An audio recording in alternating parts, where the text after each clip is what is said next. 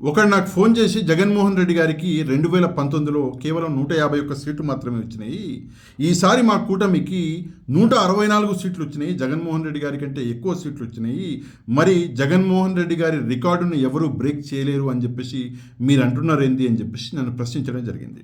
నేను ఆ వ్యక్తి అమాయకత్వానికి జస్ట్ నవ్వుకోగలను. ఎందుకంటే జగన్మోహన్ రెడ్డి గారికి 151 సీట్లు మాత్రమే వచ్చినాయి అని చెప్పేసి అంటున్నాడు కదా వీడు.